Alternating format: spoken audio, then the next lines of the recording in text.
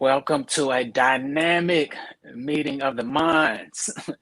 We have Monique Spence, aka Coach Mo, Ow, super hey. extraordinaire life coach, author, and we have Mel Roberson, aka MVP, aka Big Bro motivational speaker, best-selling author, actor, entrepreneur. These are super beings. I've had the pleasure of knowing them for several years, and I was thinking, one of the messages this week for me was gratitude.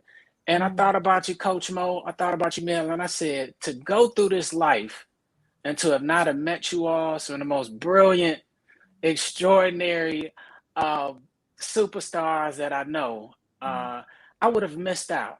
So I feel real good. And the audience that's here, many of which will know you, many of which will be taking your classes, Coach Mo, many of which will be connecting with you, Mel Rob, on all the entrepreneur endeavors that you do and beyond, catching your plays and everything. Like, this is like the best place that you could be. So I'm so happy to be here. Coach Mo, Big Mel, introduce yourselves. I'm ready. So I have been coaching for about 8 years. I've been entrepreneuring for about 16 years. So I am just super excited to be able to talk about some of these principles and books and things that have really shaped my life and made me exactly who I am today. So I love chatting it up with books on you with you. Yeah, man. Thanks for having us No back. doubt. This is about 6 months since we did the book versus the last time. So that's cool. My name is Mel Roberson. I am a multi-lane entrepreneur. I own several different coaching companies. I have an insurance business as well, specializing in legal protection and identity theft protection. And I'm an actor and an author. So that's it in a nutshell. What do you don't do? I don't do crack. Oh, that's helpful. Yeah. Crack is whack. Smart brother. Say Right. no.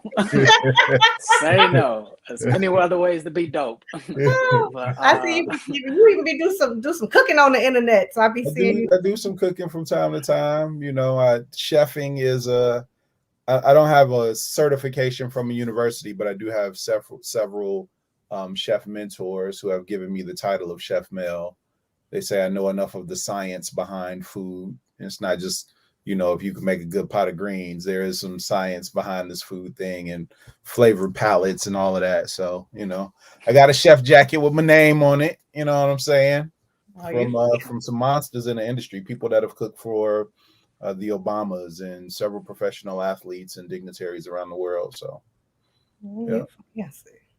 Yeah. Let's get to this though, man. We ain't come to talk about no food. even though tell Dad I do want that signature Roberson pizza that y'all make from scratch. Yes, sir. Better Yes, sir. than Giordano's. That is a thing. That's a thing. Yes, I'm trying to work my way got up my the notes Roberson out. ladder to get. On my pen, I got my notes out over here. But you know what? We're here. We kicked off a book versus about 6 months ago, and you all went head to head with dope books on spirituality and life and business, money matters, and it was so explosive. We did it on Instagram Live, and I get conversations and comments to this day, about that. So we are returning back with these super beings because you all hit me with an incredible concept, a concept of the lessons you all learned from the best books. Wait for it. The best books you never finished. So you talking to people that got piles of books up in their house, in their rooms. And we got to be real, we probably have not, as you can see, cannot finish all of them. So how did you all come up with this concept? Well, actually, Mel posted a live the other day, and he was talking about, lessons from books he never read or never finished. And it really hit me because about 3 years ago, I did a whole concept on the year of yes. And I engaged a group of people to do these new things we'd never done before. And I took people rock climbing and on different vacations, did all kinds of different stuff with a whole group of about 40, God bless you, about 40. Thank you. It's not Corona, I promise. But I never finished the book, right? One of the biggest parts of the thing was we was going to engage this, book club style and do these adventures. I did all the adventures for 12 months and I never finished the book. I got what I needed out of it. So when I saw his post, I was like, man, I feel like this is part 2 of Book Verzuz. I got stacks of books that have taught me great things, but I haven't always finished them. Yeah, one of the things that I thought about was how as I'm writing more books, 6-time Amazon bestselling author, got another book coming out soon called Lessons for Little Boys. It's part 2. It's an anthology with several different authors. And I thought about how Jack Canfield, who was one of my mentors in the infopreneuring program, talked about how people that write thick books, a lot of times their books don't get finished. And so I tend to write my books to be smaller. And so they're more palatable and people have a sense of accomplishment when they finish it. And they feel like they've really done something, as opposed to an Atlas Shrugged, which I have finished actually, but Atlas Shrugged is this thick. A lot of people will start a book and they don't finish it. But to make a long story go away, I thought about the amount of people that have told me that they read my book from cover to cover, and then the people that actually felt bad saying, man, I didn't finish reading your book. And I was like, it's okay that you didn't finish reading it. Like, you don't have the complete story, but did you get something out of it?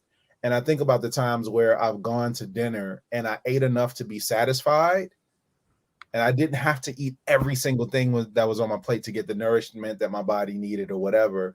And to be quite honest, some books I'm not going to read all of them from cover to cover. Some of them, there were just a couple of things that I needed to get out of it. As a matter of fact, by the time I got my hands on, which is one of my books, I guess I'm kicking it off in a lightweight way. One of the books that I never finished that I thought was great, but I got some lessons out of it, was this book called From Good to Great. And a lot of people have read this book, but by the time I started reading it, I realized that this was talking about companies that had gone out of business.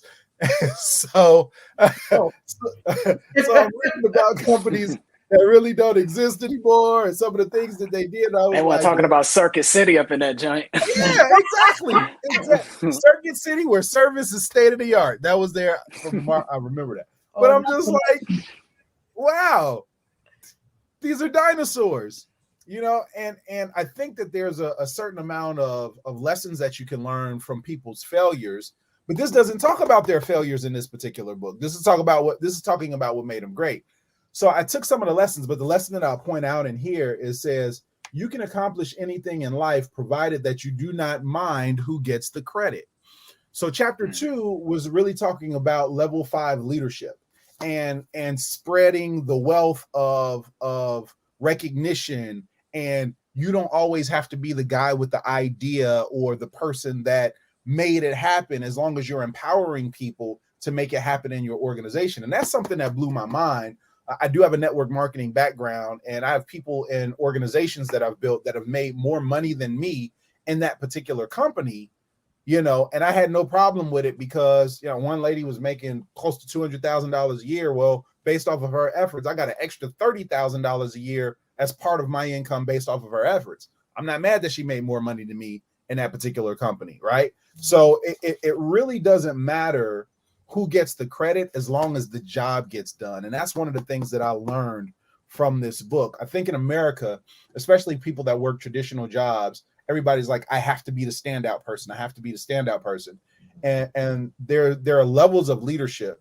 And John Maxwell, I think, said it best, even though it's not from this book, but success is when you do it for yourself. Significance is when you do it for somebody else.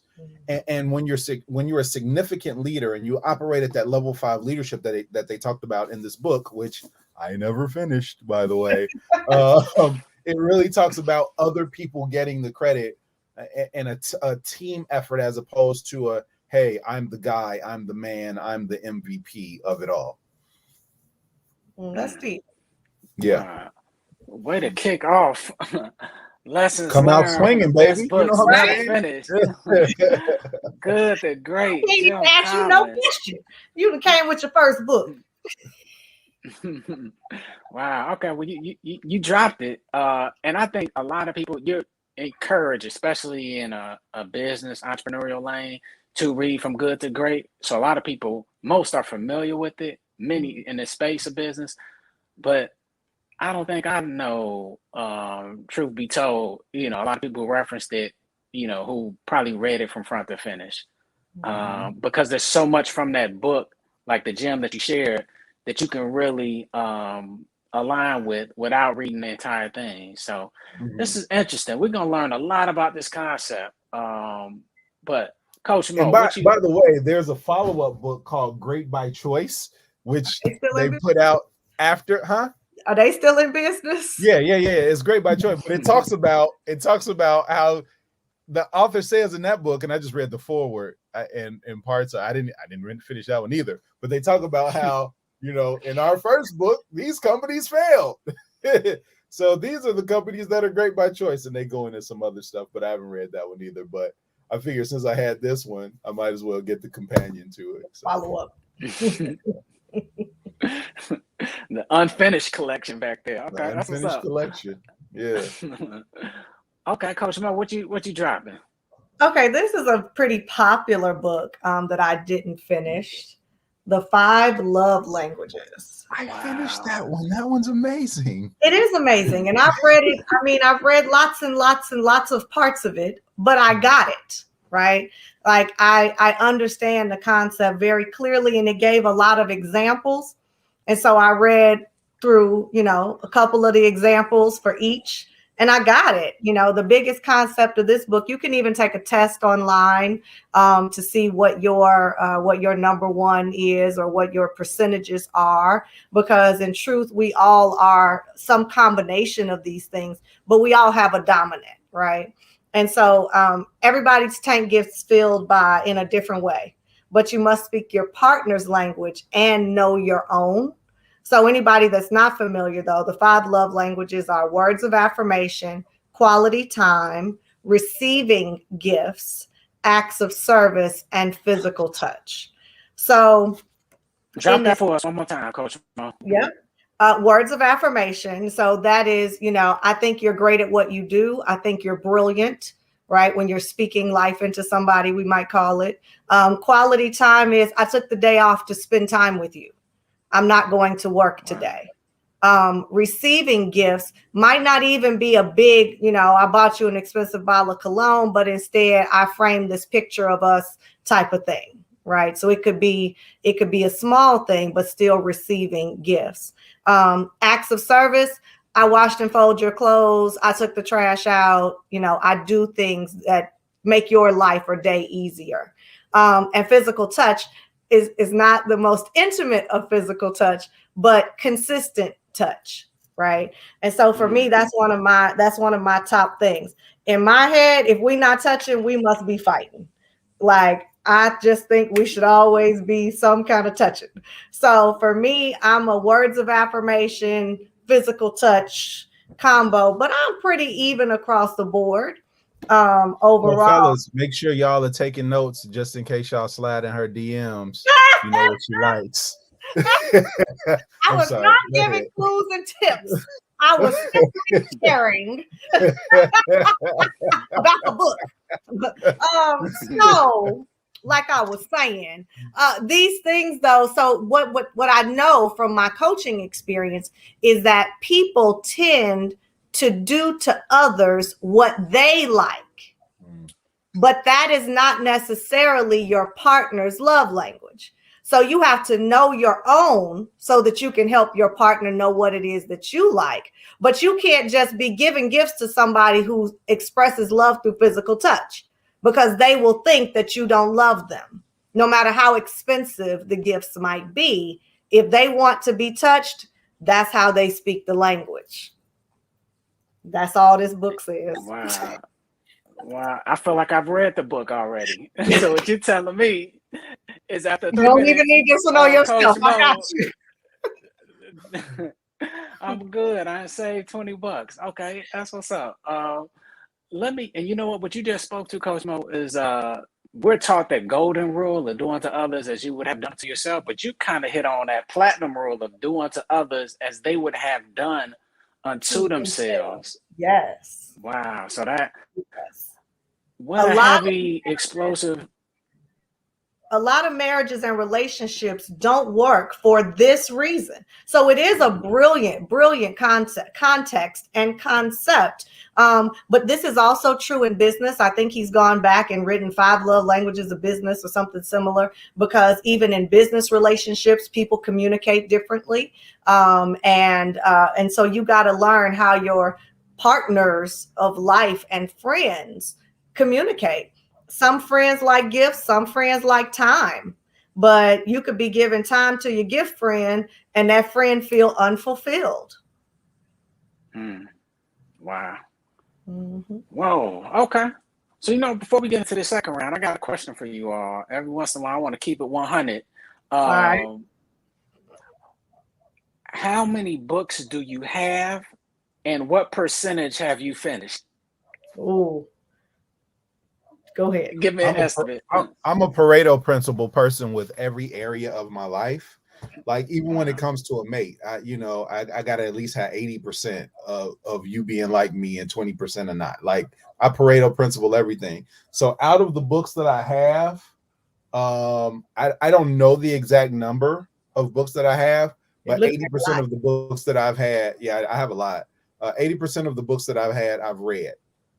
Like at least 80% of the book or more. But I'm generally a book finisher, and most books that I read are based upon a recommendation or something that I heard or saw that made me get the book in the first place. So I don't pick a bunch of books that are just random books. Like I have a ton of books on mindset. Probably 100% of my mindset books I've read. I have a lot of business books. I don't have too many novels or whatever, unless they're of the Black genre or something like that. I do have books from artists that I support that, I may have bought their book while I was out or something, and I may not have finished those. But about 80% of the books that I've read or that I've read. And I think that's evident when you're dealing with somebody, the depth of their knowledge. You can tell when somebody is well read. You can tell when somebody has experience and has studied, and I pride myself in that. So for me, 80%, Pareto principle. Okay, we got 80. We got 80. I don't know no numbers. Numbers ain't my thing. But what I can tell you is that I usually gift books when I feel like I am complete with them. So I don't keep all my books. I was actually recently looking for a book I wanted to read something out of, and I realized I had given it away. I need to order another copy. It was a Johnny Coleman book, actually. But I probably have, I don't know, maybe a couple hundred books on my, in my collection. All of them are not out on my bookcase. And I've probably read a good 80% or so of them cover to cover. Because I only tend to hone in on the things that I think is something that I'm truly into, so that I go in and I get what I want out of it. But I don't have nearly as many books as just what we see in his thing right there. I ain't got that many books. Mr. Smithsonian. Right. Now, blame and thank my mom for that. I mean, Marcellus, you grew up with my younger brother from, both of you all know Dave. And my mom was an avid reader, and she encouraged us to read, even bribed us at times to read. There were times when I remember we wanted to play video games, and she'd be like, all right, read a chapter of the book and tell me what it was about, and then you can play.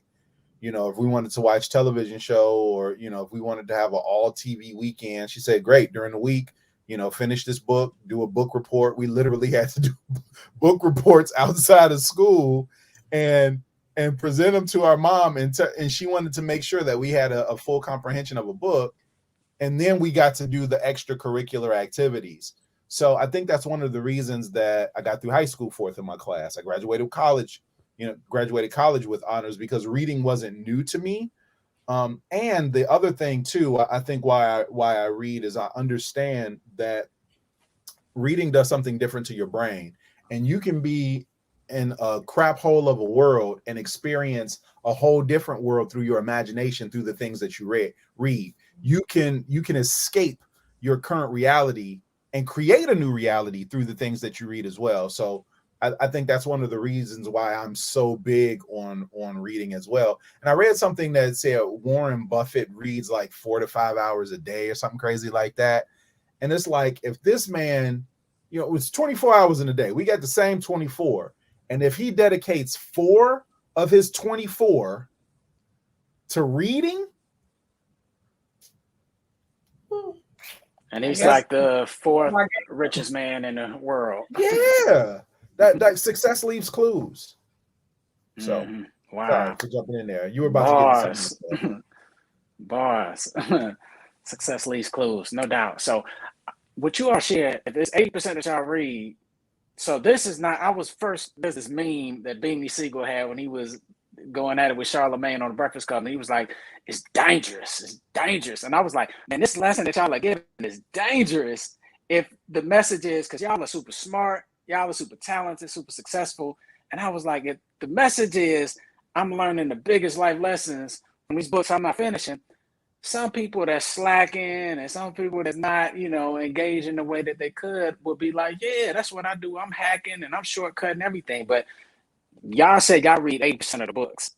So what you all are doing is based off of just some intellectual capital where y'all investing in that. But there's some aha moments from that 20%, you know what I'm saying, that you don't. So okay, so that's what's up. So let's think about it like this. I'm sorry, you just made me think of something though. There are some places you just go to for dessert, like you don't go for dinner, right? It's like we'll eat at one place and then we'll go to this other place for dessert, and that's they may have a full menu at this other place, but some places you go to just for dessert or just for drinks and appetizers, right? There's a spot called Lux Bar in Chicago. Truffle fries and Manhattans are about all I get at Lux Bar. They got other stuff on the menu and they got other drinks, but truffle fries, Manhattans, and old fashions. I don't know that I've ever had anything else at Lux Bar. I've had a salad maybe once. They got that lobster thing, that fried lobster thing. Anyway, I've never had that. Oh, it's good though. I've never had that.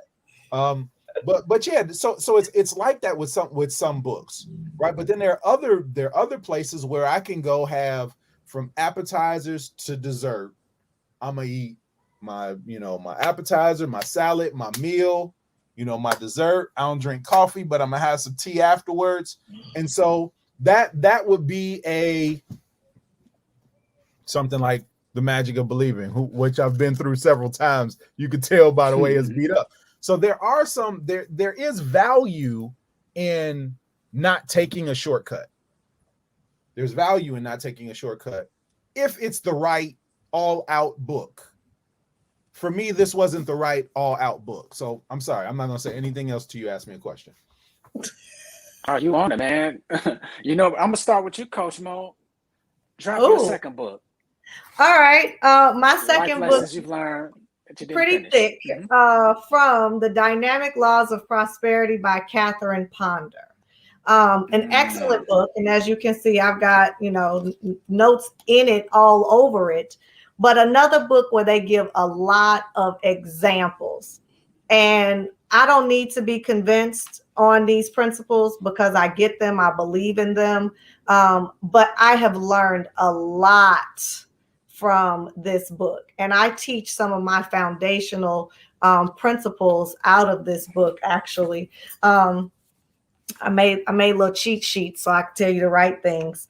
But the one thing in this book that I love is there's a concept. You remember that everything you touch turns to gold, Midas touch. Right? Well, this book talks about more about that man's story and says that there's gold dust in the air for everyone. And that really hits me in the way of prosperity, because we like to think that you're special, you're different, you did something, you have the Midas touch, right? But the truth is that we all can access it. And there's gold dust in the air for everyone. But this one might be a little mind-blowing, but I teach my most foundational principle on forgiveness. And forgiveness is actually the number one path to prosperity. And I'm going to read you this one definition. Make sure I'm on the right page. Yes. Okay.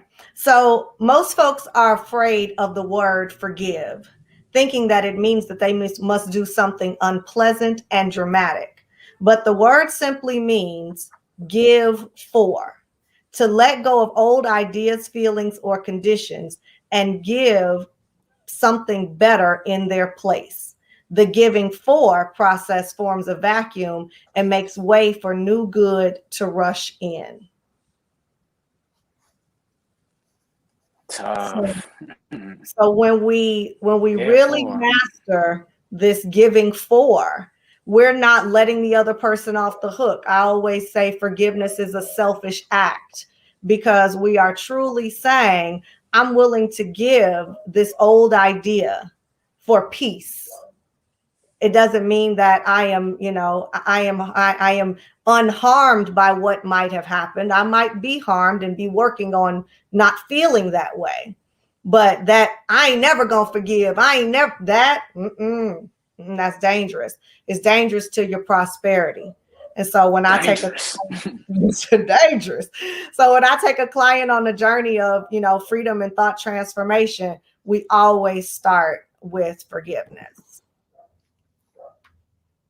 One last one out of this book says, poverty is a sin. It is right to be prosperous. I'm all about that. Yeah. Les Brown said best way to help the poor is not to become one of them. Hello.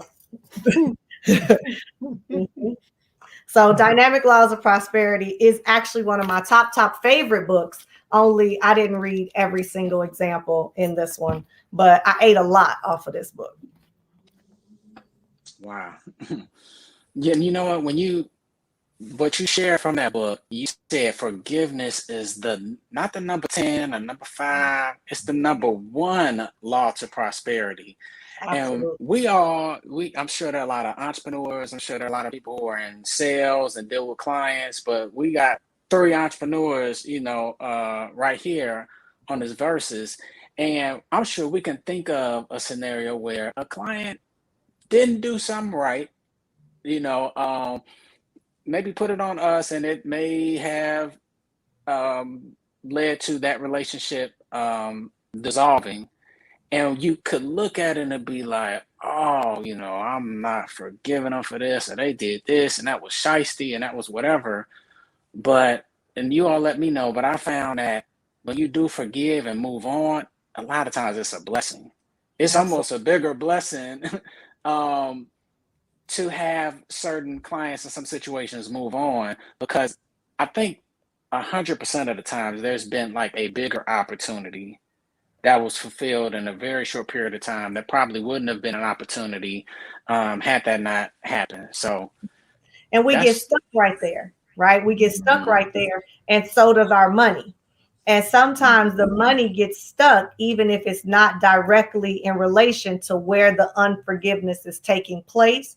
It's just you get stuck and you're not able to move forward because you haven't let that thing go. I could do a whole class on that. Captain Fonda, Dynamic Laws of Prosperity. Mel, Rob, how do you match that? What you got? So mine is gonna kind of be like what you said for her first book. You don't feel like you need to take that class or read that book because you heard the seminar. I was DJing a corporate conference where Mel Robbins was the guest speaker, and Mel Robbins has a book called The 5-Second Rule, and she talks about anything that you need to do. She said, transform your life, work, and confidence with everyday courage. And it's once you decided that something is a good idea and you want to make something happen, just it only takes 5 seconds to spring into action, right? If you take longer than 5 seconds, then the law of diminishing intent sets in and you start weaning off the possibility or weaning away from the possibility of you being successful in that. And so it's like, man, all right, this is a good idea. Bam, 5 seconds, go do it. And I can tell you, like when I want to go work out, it's like, man, I need to work out. And I start counting down 5, 4, 3, 2. All right, get up, change clothes. When I take longer than 5 seconds, I talk about, man, I could if I do it at this time, but then I haven't eaten yet. And then all of these different things. And it's like that in business too, man. It's like, man, 5 seconds. I would rather go boldly towards something and going the wrong way fast than nowhere slow. Because even if I'm going the wrong way fast, I can course correct because I was brave enough to take that action. So this 5 second rule, if I open it, you probably could still hear the cracking of the bind because it has not been opened much. But I just I won't even talk about chapter 12 because I did not get that far. You'll see my bookmark is right here. My bookmark is at part 2. So I have read, because this is bookmark, the first 58 pages of this book. And yeah. So I have some things earmarked in here.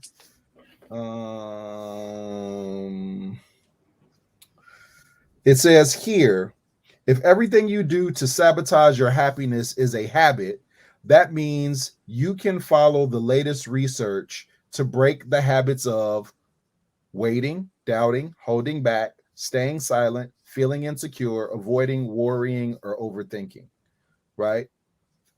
Everything you do to sabotage your success, she talked about it first, is it comes out of habit, right? And so you've developed these habits over time, and the way to break these habits or not fall into these habits is to act quickly, not take the time to think about it. So that's why she talks about the waiting, the doubt, the worry, and all that other stuff, because when you sit and you're thinking about it, all of those things set in, as opposed to this is what I need to do. 5, 4, 3, 2, 1, get up, take action. So only got page 58, but if you're going to do something, jump into it 5 seconds later. Bam. And you know what's wild? Everybody watching, if y'all feel like me and y'all are super avid book readers, Mel and Mo, y'all have actually listed 4 books that I have not finished. So we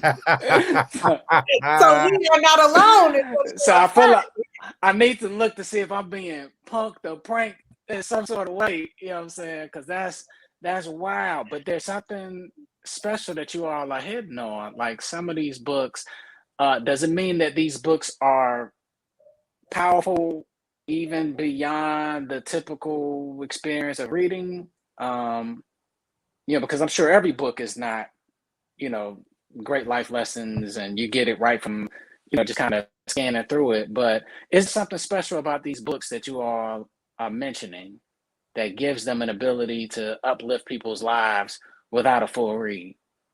I think it's also these are definitely great books, and if you got the right thing, but I really also think it's about where you are at the time that you pick up a book. Mm-hmm. And where your evolution of understanding these concepts is, so after you've read so many books and you went in the phase of scouring for these principles, I was voracious in reading cover to cover because I needed to get it and I wanted to understand it. By the time I run into, dynamic laws of prosperity, let's say, I've read on forgiveness, I've read on prosperity, I've read on these subjects individually. This book gives a lot of examples to convince people that if that story didn't do it for you, this one's going to get you. And for me, I was like, on to the next big topic, because I didn't need the convincing, because I get it and believe. So some people are in different places where maybe if I'd picked this book up early in my search for these principles, I might have needed to devour more of those stories. I think also too, personal development is personal, right? So a lot of it has to do, well, like you said, where you are in your journey and what the topic is. So I didn't read the 5 second rule cover to cover, but I did read The Relevance Gap by Scanlan, which is a book that I keep on my desk. And I actually know this author. I read this from cover to cover, and I got this book after I got this book. So it's not like I don't read books from cover to cover anymore. I still do, depending on what it is. So yeah, I mean, and for some people, they may need to read the books that we're talking about from cover to cover. I'm not saying don't read the 5-second rule. There might be something in there that is for you that I just didn't get to, but this is just based off of my personal experience, and that's all that I can give you in this conversation.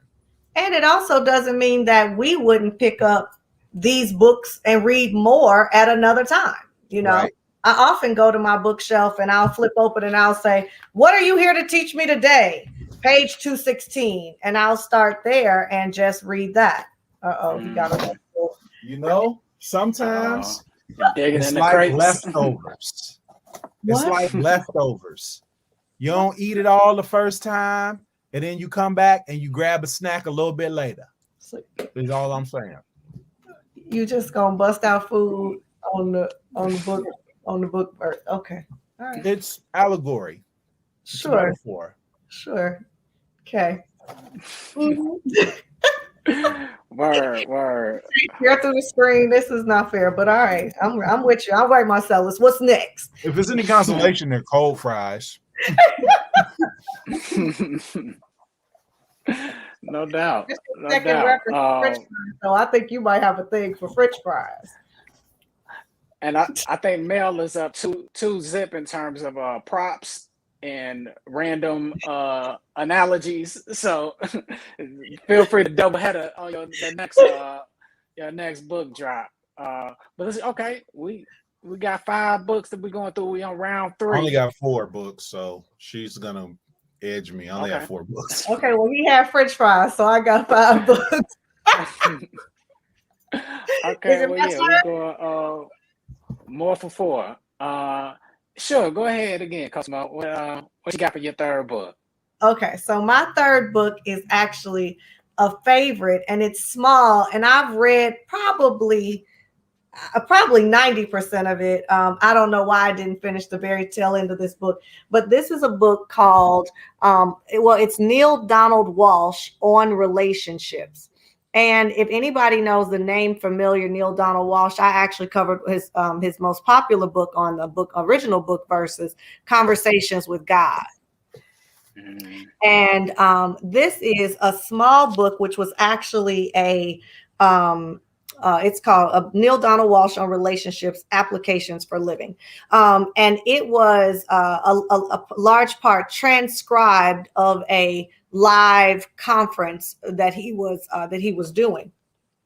But this book I love so much because it talks about the authenticity of required for one to be in relationship, and that we often go to relationships for the wrong thing. So indulge me. I'm going to read you this one paragraph because I don't even want to paraphrase.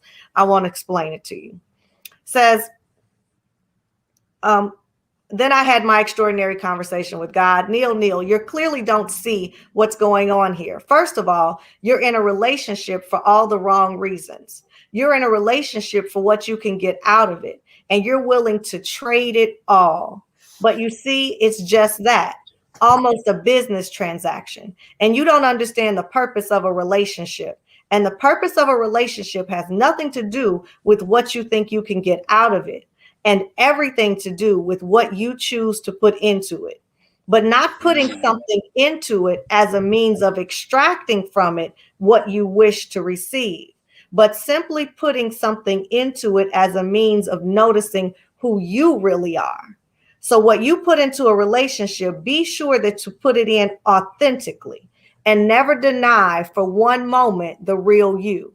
And if the real you isn't sufficient or attractive enough to keep that person in the room, then let them leave, because someone will come into the room of your life who will find the authentic you attractive enough. And when they come into the room, out of their response to your authenticity, they will stay, because you don't have to keep your act going in order to keep them in the room. And the tap dance is over. No more Bojangles, no more Gregory Hines. No more. Tap No more. dance is Challenge. No more. No more. challenge. But if you really think about, we look back at some relationships, and I know I can be honest about what I was willing to, to trade for. All right, I'll be a little less loud or a little less whatever if you this, or that, that I'll live with this, or I'll do a little less of this if you do a little more of that. And we end up becoming someone that we're not. And you do all these things to keep people in the room of your life, when in actuality, you find the right person and become a match when you become most authentically yourself, because there's less work to do, there's less keeping up to do, and you just be you, and either you like it or you don't. And that is the key, but not to be that to extract from you anything, but to go into relationship for what you can give to it, to be most yourself. I think those are the most successful relationships. And that's what he's saying in this book. Toast to you with a cold French fry. Ow. These are quite bad, actually. As most cold French fries tend to be. You just eat French fries for effect at the store. Yeah. Do you I'm agree sure with some that? book it says you can't microwave. Oh, I'm sorry, say that again. Do you agree with that concept that, we tend to just try to keep people in the rooms of our lives, and we do some trading? I do agree. I think that's profound what you share, because somebody's watching this right now in a relationship that may be a little more broken than not, and they've been just hitting their head on the wall like, why is it not working? And part of it is, half of it was the approach you said of people trying to get something out of the relationship versus you're putting into it. But the compounded problem that you just spoke on, Coach Mo, through the book is some people feel like they can't put themselves into it because they can't show up authentically. Mm-hmm. And what it says, if you can't be you, it's not for you. Let them leave. And stop the tap dance. Yeah. So that's very powerful, because I think, and yet this concept is so powerful of these life lessons that you learn from books that you didn't read from front to finish, because there's something to, and Coach Mo, you're a guru of just manifestation, same Mel with all the things that you do and just the power of mind that you activate. And there's something to, if I get it, I get it. Mm-hmm. And sometimes we do go through life and experiences and just we're lost in this wilderness until we get it. And kind of a micro point to what you all are sharing, through life lessons you learn, what I finish in the book is like, once you read that, or once somebody even heard what you just shared, if you're in a situation, it could hit and be like, okay, I got it. Because, knowledge is not power, it's the application of knowledge. And there's, just like water, it's the same level of H2O in your bottled water as it is in the Atlantic Ocean. So once you got the concentration, that's it. So somebody can hear that and be like, you know what? I'm going to start showing up on my job as I am. I'm going to start showing up in my relationship and my family, in this world. And they're going to be good with that. And they don't have to read the full book. It's probably better that they get that and show up 100% themselves versus reading 100% of the book and feeling like I need to read 10 more books to kind of, and we can fall in that cycle too when we love books. But at some point you got to get it and live it and manifest that SHIT. So, yeah. And I teach a lot of that in one of my companies. We do diversity, equity, and inclusion training. And it's really about having the whole person show up to work, your whole authentic self showing up to work and being comfortable in the workplace. So, that's huge, not only in romantic relationships, but in business relationships and family relationships. And the other part of that too, I think though, there is a certain level of responsibility to that.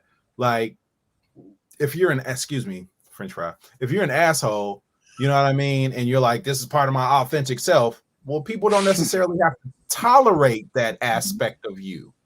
You know what I mean? Well, if I can't be myself, well, yeah, we want you to be yourself, but we also want you to realize that the biggest room in the world is room for improvement, and you might need some. So there's a level of and Marcellus, we kind of grew up together. When we were younger, it was all about the jokes, right? It was all about playing the dozens. It was all about ragging on people and talking trash. But as I got older and as I got into the business world, I realized, was that part of my authentic self? Yeah, it was. Grew up that way, socialized to be that way. Actually enjoyed it, talking trash with my boys. However, there's a place and time for everything. So I can't do that all the time. Or in some cases, it was more damaging than anything else, right? Everything wasn't meant to be joked about. So I got to realize that too and pull back as I'm experiencing my personal journey and my personal growth. That's good. Dope. Okay. Super Verzuz, we got like 5 more minutes, so let's lock in on this last one. I didn't get to counter her book. Yeah, come on. Let me counter her book, and then we can do one more. Please counter it. Please counter. And I feel bad about this one because I'm almost sure that this is one that I got from you, Sal. Uh-oh. I hope it's not my book. No. It's not your book. It's not your book. But I get offended when people don't read my book. The Energy of Money. Ooh. Did I get this from you? Yes, you did, man. Yeah. You did. Yeah. This was a hey, big bro, I read this book, man. I really think that, like, man, some of the concepts in here are mind-blowing. All right, so if we're keeping it real, I told you those concepts are mind-blowing. I ain't say the whole book was mind-blowing. No, you didn't. Because I didn't read it. I didn't finish it either, man. Because this is one that you didn't finish either? I did not, man. This is the greatest call-out in my entire life. So tell me what's in that book that I thought was so good that I want to share. So one of the things that he talks about, and this is between pages 32 and 33, I did get that far in the book, is he talks about doing life with struggle. And let me paraphrase some things and talk about what I pulled from here. I think so many times we associate success with the struggle that we went through to become successful, right? And we're dedicated to the struggle. We are convicted in the fact that it has to be hard in order for it to work. So true. Well, some of the things that he talks about in here, he says struggle occurs only when you begin to heed the monkey mind, which he talks about earlier in here, conversations that arise as you sketch out the project. In other words, what he's saying is, as you're doing something, if you're a sculptor and you've been chiseling away and you look up hours later and you're covered with marble dust and all of this other stuff, you weren't thinking about any of that stuff as you were doing it. You found enjoyment in your actual work. It's not until you start analyzing the hours that it takes, the struggle that you had. If you hit your hand with the hammer as you were trying to chisel something, will people like your work and all of that other stuff, right? That's where a lot of the struggle in our mindset comes in with the things that we do. And so when you are in a labor of love and you're doing something you enjoy, there doesn't necessarily have to be a struggle associated with it. And the struggle is really how you think about the obstacles that you encounter. Are they really a struggle, or is it just something that you have to get through in order for your business to thrive? So this was a Marcellus Womack throwback. And I can tell you how old this is. I actually got this book from Borders when he told me about it. Oh. From Borders books. Probably one of the books written right. Was Borders written in Good to Great as well. Right.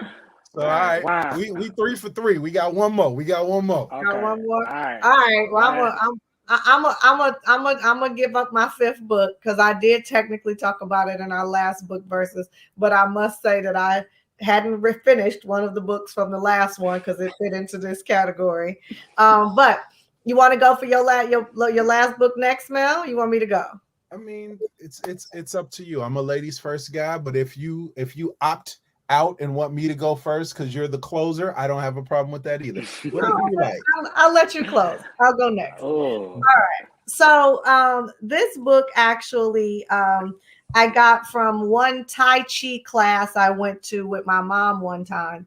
And the book is called Chi, Discovering Your Life Energy. And you hear the term chi, but you don't necessarily like what is chi? What does that mean? Right? So hold on, where's my note? They tell you early on, page 4 and 5. Okay. It says our life energy can tune in to the signal of the original natural force and follow its direction. It can harmonize with the one chi in order to continue to multiply, to adjust to changes, to fine tune itself, to adapt and survive. Your chi will always seek to harmonize itself and will always seek balance as best it can. It will cause you to take action that will bring harmony and balance to your life and body. The degree to which your chi signal can maintain its integrity and clear reception of the original one chi signal is the extent to which your chi is able to succeed in maintaining harmony and the force of life within your body. The degree to which your chi signal is confused, weakened, and off balance is due to factors that muffle and block the signal from the one chi. And so chi literally is the life force inside your body. It is the determining factor between life and death. It gives an example of you walk up to a casket in a funeral and you are clear there is no life in that body. That body no longer is connected to the one chi, which we would also call source, which many would call God, universe, Allah, Shinto, etc. But in energy terms, our chi is our life force. I later learned after studying this book that when someone is depressed, it is often because their life force, which should be centered, which chakras go back to and, into all of that. But if your life force is, let's say, here, outside of your body, still in your atmosphere, but here you are not feeling well. You are not well because you are not centered with source energy. And when people get back right or put in alignment, this is what the larger body of alignment and chakras and energy really means. Wow. What a masterclass that came on top of a masterclass regarding chi. This. And you really, I'm sure everybody watching is really getting a centering in a way that I've never gotten that before. I've never heard it quite in that way. And it's possible I could have read that entire book and maybe not gotten what you just shared, which kind of speaks to these snackable moments that become life lessons. So yes, I love this subject and I'm happy. I can live with that as my final book, Chi Centered. Not the shy, but chi. I should have went before Monique Chopra. Monique Chopra. Monique Chopra. I like that. Deepak is my people. Right. Now I got my little ragtag book to go last. But you knew she was setting you up, right? You know, right. She was questioning you. That's crazy. That's what I get for being on here with two Whitney Young people. You know what I'm saying? Y'all probably had this thing mapped out and planned. No such thing. No such thing. That was a. Well, I have a. That was a major Book Verzuz bomb. Okay. So Napoleon Hill is one of my favorite authors and speakers of all times. The author of Think and Grow Rich, which is probably responsible for more millionaires than any other publication in the history of mankind. So at one point in time, I was get my hands on anything Napoleon Hill ever wrote, ever said, ever whatever. And so I have a whole section of Napoleon Hill books over there, most of which I've read from cover to cover. With the exception of this one, because I don't know if it was designed to be read from cover to cover, but this is Napoleon Hill first editions. This is from when he was only doing articles before he was really doing books. He had a whole book of, well, not a book of, but like the Hill's Golden Rule magazine is what it was called. And I heard him speak about that and some of the things. So when I saw this book, I grabbed it. I was like, oh, first editions. And I thought it was going to be a bunch of miniature books, but it's just a bunch of different articles. And I haven't read all of the articles in the book. However, I do think that this particular article that I did read is apropos and has been since the beginning of civilization, where communication methods and control of a social thought or social thinking have been relevant. In here, he says, there are three great potential forces in the world today. I use the word potential advisedly because these three forces are merely passive compared to what they might be if organized. These forces are, let's think about this, churches, schools, and newspapers. Ooh. These three forces, properly organized and working in harmony to a common end, could change the trend of the civilized world inside of the next 20 years, and the whole human race could not stop them if they tried. If you think about where we get a lot of the ways that we think, of course, the social aspect of your family and the things that you learn at home, that's going to be impactful. But the church, especially in Black culture, right? The churches have so much control. That's why politicians go to churches when it's election time, because they understand that they can get a lot of the vote or get a lot of people in one place. Schools, what we learn in school basically determines a lot of how we think about the world overall, right? And then newspapers. And of course, newspapers are somewhat irrelevant now because the printed newspaper is not as big of a thing as it was back then. But just the media platforms that control how the news goes out. We're living in a world now where we got vaxxers versus anti-vaxxers, and how the news spins things, you know, and how you have to be vaccinated. You know, if you can't come here if you're not vaccinated, as if vaccinated people can't catch COVID. You know what I mean? There's all of this stuff that goes on that the news controls, that the schools control, and that churches control. And so he goes on to say some other things in the article, but this is a book that I haven't read from cover to cover, but it's Napoleon Hill and a lot of his articles. And what I found is that writers like him, writers like Claude Bristol, writers like Dr. David Schwartz, those are writers that their methodologies or their what is the word I'm looking for? The things that they write about, long story short, are somewhat timeless. Yeah. They write about principles that have become almost universal laws. Neville Goddard is another one that I listen to, right? Where if you listen to him from back in the 20s, the same thing that he said is 1920 is relevant in 2021. So relevant in 2021. I think Napoleon Hill is one of those people, and I was happy to have found this collection. And this is one that I probably will get to from cover to cover and read all of the articles in here. But as of today, the 6-month anniversary of Book Verzuz, I have not as of yet. Wow. This is super dope. The first Book Verzuz, you know what I'm saying, that y'all did was insane. And 6 months later, like, this is a whole new revelation. You know, I'm sure it's taking myself and everyone else who's watching to a whole other level. So y'all have a magnetic connection. 6 months, we definitely have to make sure there's something in place. But in between them 6 months, I know y'all got so much going on, and y'all definitely have to share what you got coming up next. But I'm sure myself and the people would love to see more Coach Mo and Mel Rob, you know what I'm saying, dropping gems on things that help us center our chi and help us take success principles to the next level. So y'all got to keep dropping that content. This is must see.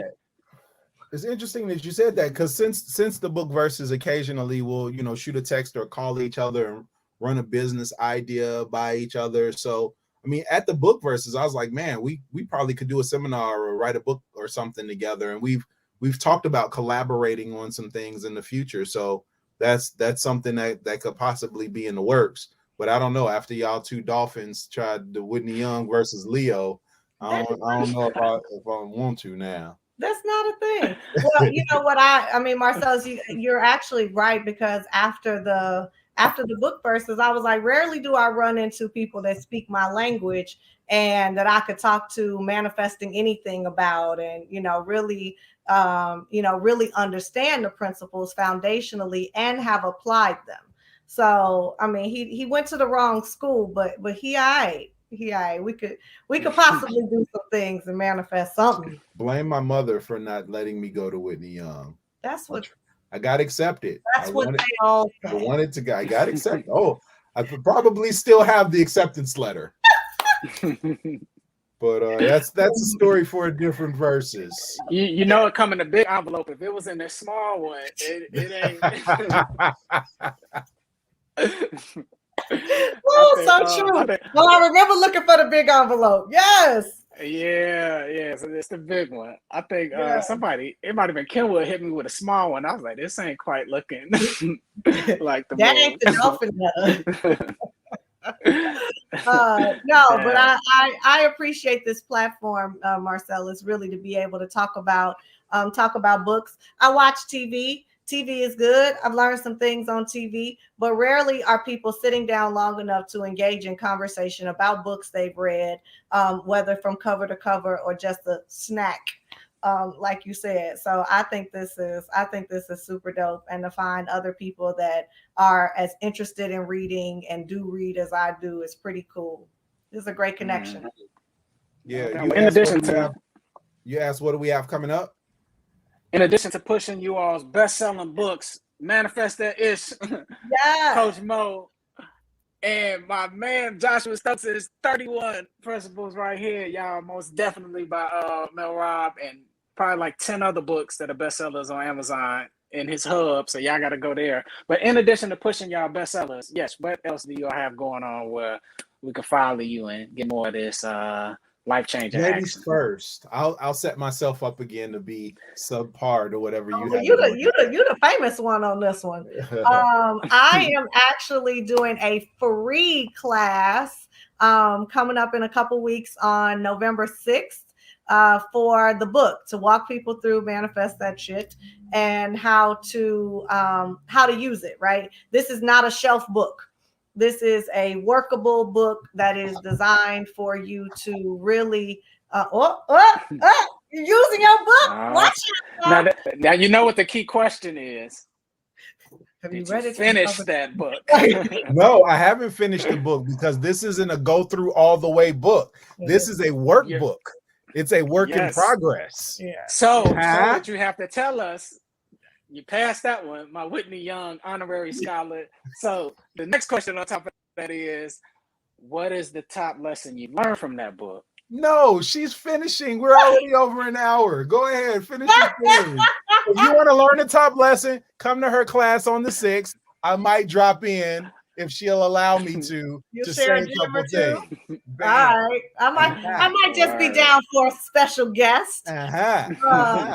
But really, a lot of people have gotten the book, and it's broken up in a particular way for you to do some work to unclog yourself through that forgiveness stuff we talked about earlier, and then start to identify what it is you want to manifest. So I'm going to walk people through exactly how to do it, absolutely free. All you need is a book, and if you don't have one, go to Amazon, order it. It'll be there in 2 days with Prime, and you'll have it in time for the class. So in my socials, you can, my link in my bio, my Facebook, I'll have all the information for you to sign up for free for the class on November 6th. What I got going on ain't nearly as famous as what that one's doing. Well, I mean, that's because you went from your conscious mind to your subconscious mind to your super conscious mind.